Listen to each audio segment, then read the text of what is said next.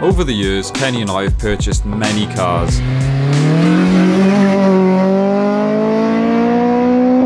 Some dream cars, and some just itches that had to be scratched. Here's where our fleet stands at the end of 2025. First of all, I want to wish you all, I hope you all had a wicked Christmas and a very happy New Year. Me and Georgia, of course, had the wild night. We found a movie and just snuggled up because, hey, we're getting old now. That's what we do. In 2026, I am making some very tough decisions to thin the fleet out. Now, I know I've said that before, but the plans I've got for each of the cars, we need space and, of course, I need more money. Kenny and I have both bought new cars, and I think the cars we've bought really illustrates how different we are as car people, but we'll get into that.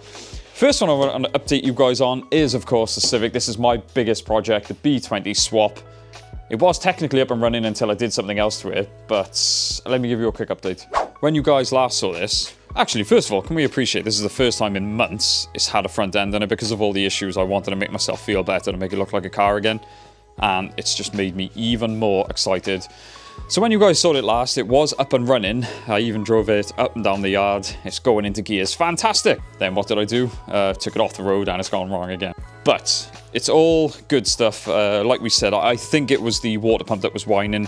So while we were in there, I thought timing belt, water pump, everything like that. Oh, and the cam seals and crank seals because there was a bit of oil. So again, I'm just thinking preventative maintenance. And as you can see at the moment, bit of inception because we're filming, we've got about 2-3 videos on the go at the moment. So although we've had a break, it's never really a break because we're always filming for you guys. So yeah, it's all looking good. But we did run into an issue that I had George's help with, and this is when you need a female. The timing belt, now bearing in mind, a bit of an awkward one because it's a B20 block, so a 2-litre block with a B18 C4 head. I didn't think much of it because the B series tend to be quite similar, but it rose the question of what belt do we need? Didn't think of it. I ordered one and I pestered Ben the other day. Ben, as always, thank you very much for giving up your time on a Saturday evening to figure out. For some reason, I could not get the belt on it. It would not fit, and a couple of people advised count the teeth on there. So Georgia counted one, I counted the other, and guess what? Apparently, I can't even count properly because one of them's got 125 teeth. The one that come off has got 126 teeth, which is why it wouldn't come off. So I've now ordered another belt. So in the full video, you'll be seeing all this stuff and the updates. So hopefully by now we would have sorted that. Some more incredibly exciting news and about the... What was that? Even more incredibly exciting news on the Coupe. We'll start on the interior because I want to show you, well, as you come in, you'll notice that's not very safe. Don't worry, it's not bolted in. Because Di from Boneyard Custom Fabrications has visited a couple of times now, because I've got some plans with this. One of the main things I want to do with the interior is get rid of these outdated seats, and what he's come down to do is build me some custom subframes for the seats to make sure my reclining buckets fit, and obviously when they're custom made, you're going to have them fitted to you so we can adjust the height and stuff like that. So a massive shout out to Di from Boneyard Fabrications. He is an absolute gem. And he's so excited to work with us. So yeah, he's going to build me some seat frames. I've also got, which will be in a separate video, you know how much, if you follow the channel for a while, you know how much I complain about shifters. And that's the very exciting one I mentioned previously. It looks like a K-tuned rip-off, because let's face it, it's me, I bought a cheap one.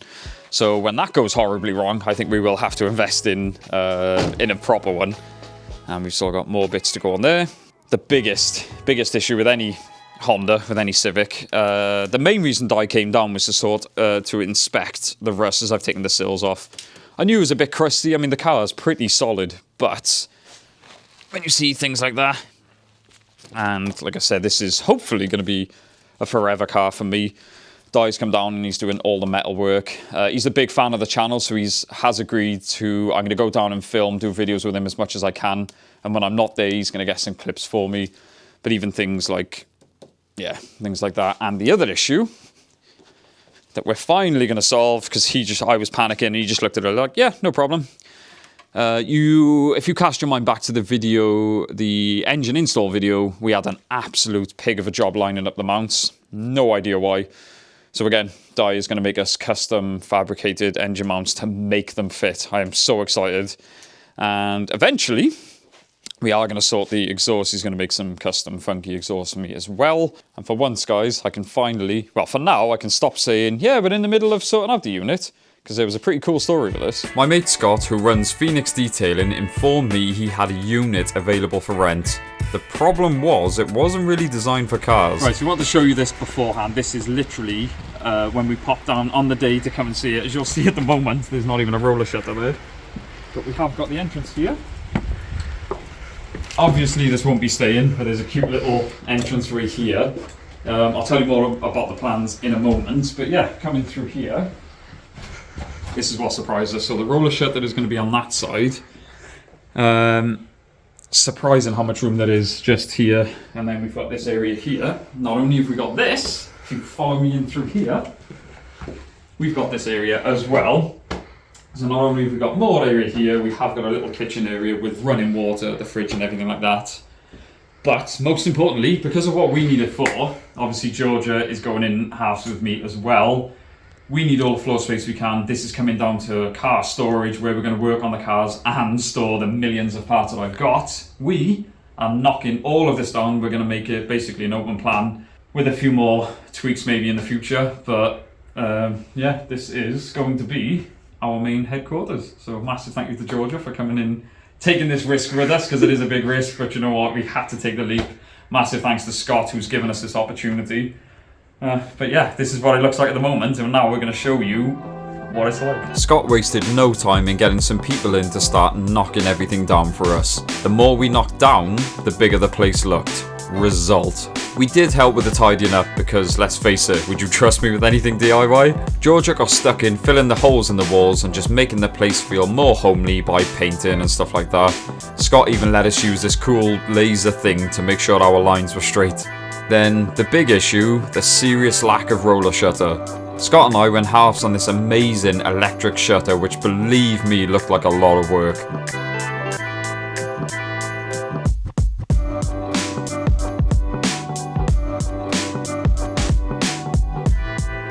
With that installed, some late nights and help from some very close friends and their dogs, we moved some cars in for the very first time. It's still an ongoing project as with most things, but for now we are very happy. Another car you guys are now familiar with is Georgia's Celica. For those asking, the issue with the coilovers, no, the company did not get back to us. I don't know what's going on, but it doesn't matter because, I'll be honest, we've given up to the point where Georgia has now ordered some fancy new Teen, however you want to pronounce them, Street Advance, which is what I'm running on the Mx5, and I have never had an issue with them. So yeah, she's at the point now where she's thinking, crikey, I just want to get this car working as it should. The biggest update with this though, well, we actually got it running the other day. It's been parked up for months, we got it running, got it moving. And she's now having a try at interior trim. Yeah, I haven't got the patience for it. Luckily, she's a very patient person, hence why she puts up with me. So fingers crossed, we'll be getting some funky interior work as well. So this is the update for the engine. If you're joining us for the first time, this is her 2ZZs that we are swapping into her 1ZZ Celica. Look at that. Yes, the head was designed by Yamaha. And as you can see, off my advice, there's nothing old going back onto this, I don't think, apart from we're going to see, hopefully that still works, but new tensioner, water pumps now on, everything, the painting and everything she's done. It's looking good, fair play. I'm so excited. It's going to be awesome. So yeah, that's where this Celica sits at the moment. Ben, my mate Ben with the E36, J&B Autos are going to be finishing off the exhaust. This is an absolute nightmare with the exhaust on these. The 1ZZ, 2ZZ, we'll get more into that when we do an in-depth video. But Ben's going to be, again, we're going to have a bit of custom exhaust every going on. The next one, there's not really much to update because this hasn't changed for what feels like years now. The original Mx5, one of my dream cars. Yeah, we'll get on to the other one. The reason this is just sat here at the moment, but for now, I mean, it's just being used as a storage container. I haven't been in here in months, and everything's a bit... Kind of stinks. icky. We're going to have like an interior, only because I haven't been in here in God knows how long. And again, as you can see, being used as a bit of a storage bin. So, yeah, if you're joining us for the first time again, this is my original Mx5. Tucked away, which we're going to get to in a minute, and roll down here. I have got a Eunos turbo that all the bits from here are going to go on to, and there's been major progress with that. So, actually, yeah, we'll jump onto that next. Right, so like I said, I bought a new car, and I thought I'd go a bit crazy this time. No, I'm just kidding. This is my baby. And again, if you follow the channel for a while, you'll know exactly what car this is. But what we're going to do, because Scott, once again, Phoenix Detailing, absolute gem, and he's basically, well, he is our landlord. Perfect landlord to have, because you can dump all your rusty crap up here. No, he's good as gold. So, as long as you cover it, 'cause it's a bit of an eyesore. It's, yeah, just a bit. I tried to be nice, yeah. I thought I'd cover it because he's got, you know, it's parked next to a Bentley, for God's sake. But a car you guys haven't seen for a while, and I haven't seen for a while. Yeah, jaggedy bits everywhere. Bits. Here she is. This is my Eunos turbo. Well, at the moment it's not turbo or anything because I haven't got an engine in it. The work has been done by Wade at Mohawk Customs to sort of finish off all the stuff that I can't do. When we get a bit of room in the unit, I will get it up on axle stands, but look at all that. Yes, I've gone away with the yellow and red because I had it in my head then that it just looked like McDonald's colours, and I can't unsee it, so I'm so glad we went with black. Wade sort of finished up all the welding, just needs a good clean and building back up. But what we've got to do now, because I do want to get it out of Scott's way, even though he says it's not a problem, we got to roll this all the way down there. In case you hadn't noticed today as well, it's incredibly icy. Even Georgia said, is this a good idea? No, not really, but it's gotta happen.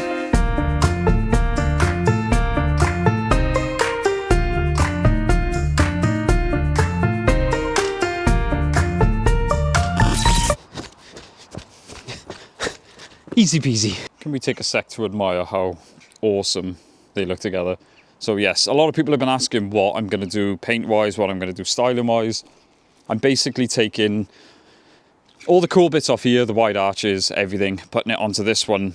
But I do want to make this look like its own car, so I've got some crazy ideas for the front and the rear. I've even got a new wing in there, everything. But seeing them together is quite surreal, and now thinking that it's all on me to build it up, it's a bit of a weird one, bit of a scary one. So this is the final car in my fleet for now, excluding dailies and excluding the new one, because like I said, there will be a full video on that. But this, as you guys will know, I absolutely adore this car. This is my D15B VTEC swapped. There's no battery, hence why I've got to do this a sec. On the Civic EJ9, I adore the interior on this thing. It comes up so lovely. It has been sat for a while, but I do love this thing. Georgia and I took this to Germany twice, thrashed it around the ring. It made it, did the whole journey, absolutely no problem at all. And just because I like showing it off, there she is. So like I said, D15B swapped, so single cam VTEC, really, really good fun, and a very, very rev happy engine. And there comes the big news, the sad news. I've made the really tough decision that we've got to say goodbye to this Civic. I know, a lot of people don't believe it. Even George is shaking her head. I had a lot of plans for this car. Like I said, I adore this car. And it's been one of the most reliable cars I've ever owned. But I know, I'm trying to use my head. Kenny's one of the main ones who will say to me, use your heads, blah, blah, blah, blah. So I know once the Coupe is on the road, I know I'm not going to have time for this. I wanted to turbo it. I wanted to do a lot with it, but that is really, really eating into my bank account way more than I thought it would, and keeping all of this running and keeping her happy. That's the easiest part. I never thought I'd say, but that's the easiest part. But the good news, trying to find the good news and everything, Di from Boneyard Custom Fabrications, who I will introduce you guys to, absolute gem of a guy. He's decided he wants to buy this thing. And not only that, I don't know if it's a good thing or a bad thing, but he said he wants a turbo as well, so he is going to be living out my dream, but I'm sure he'll let us stay in contact with the car, and hopefully we can get it back on the channel. So, bittersweet. I'm so happy that it's going to someone who's going to appreciate it, because it is such a good car. Previous owner did a lot of work. I've done a lot of work maintaining it, and it's just so pretty. It gets attention everywhere it goes. And like I said, I think the interior is one of the main things I'm going to miss, because it's so comfy and lovely. But yeah, that's about it for me and my update and George's update. So now, let's see what the hell's going on with the VXR. When you last saw the VXR, we had removed the head, sent it off to Lion's cylinder head specialist for skimming, refitted the head, installed a bigger turbo and a multitude of other mods. Got it running, but it wasn't running well. Kenny has filmed an update video that will be going live next week, so we are going to make you wait until then, but